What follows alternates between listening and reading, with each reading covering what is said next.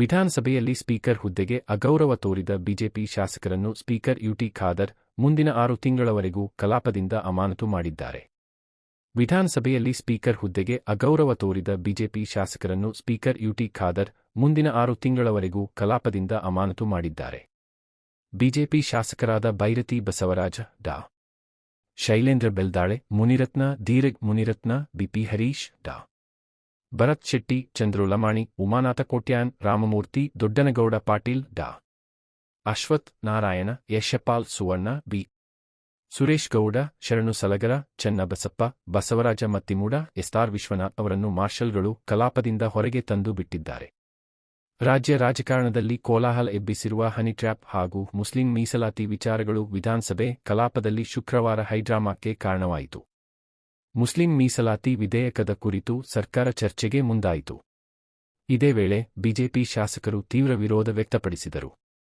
ಅಲ್ಲದೆ ವಿಧೇಯಕದ ಪ್ರತಿಗಳನ್ನು ಹರಿದು ಸ್ಪೀಕರ್ ಮೇಲೆ ಎಸೆಯುತ್ತಾ ಹನಿ ಟ್ರ್ಯಾಪ್ ಸರ್ಕಾರ ಎಂದು ಘೋಷಣೆಗಳನ್ನು ಕೂಗಿದರು. ಇದೇ ವೇಳೆ ಸ್ಪೀಕರ್ ಸಹ ಶಾಸಕರು ತಾಳ್ಮೆ ವಹಿಸುವಂತೆ, ಕಲಾಪಕ್ಕೆ ಅಡ್ಡಿಪಡಿಸದಂತೆ ಮನವಿ ಮಾಡಿದರು. ಶಾಸಕರು ಪ್ರತಿಭಟನೆಯನ್ನು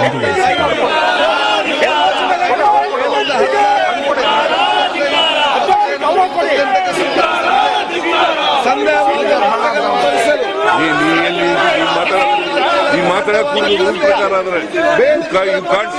ನಮೂದಿಸಿದ ಮೊಬೈಲ್ಗೆ ಪ್ರಸ್ತಾವದ ಪರಾಗಿರುವವರು ಹೌದು ಎಂದು ಸೂಚಿಸಬೇಕು. ಇಲ್ಲ ಎಂದು ಸೂಚಿಸಬೇಕು. ಹೌದನೇ ಪರವಾಗಿದೆ ಎಂದು ಭಾವಿಸುತ್ತೇನೆ. ಪ್ರಸ್ತಾವ ಹೌದನೇ ಪರವಾಗಿದೆ.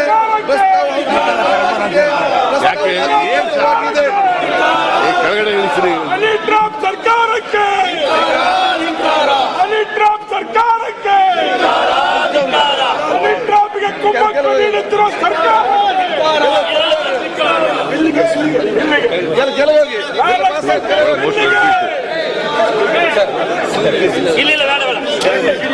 ಕೆಳಗಡೆ ಹೋಗ್ಬೇಕಾಗ್ತದೆ. ಆಯ್ತಪ್ಪ,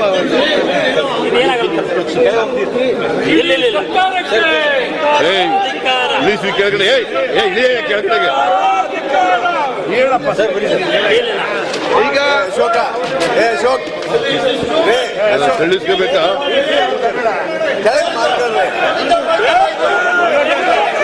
ಇಳಿಸಿ ಕೆಳಗಡೆಗೆ.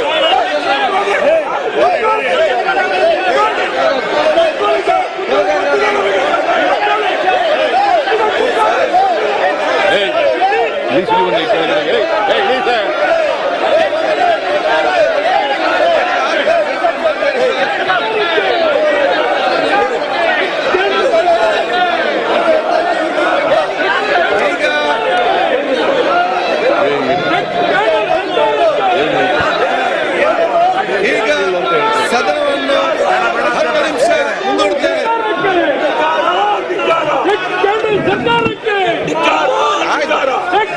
ಸರ್ಕಾರಕ್ಕೆ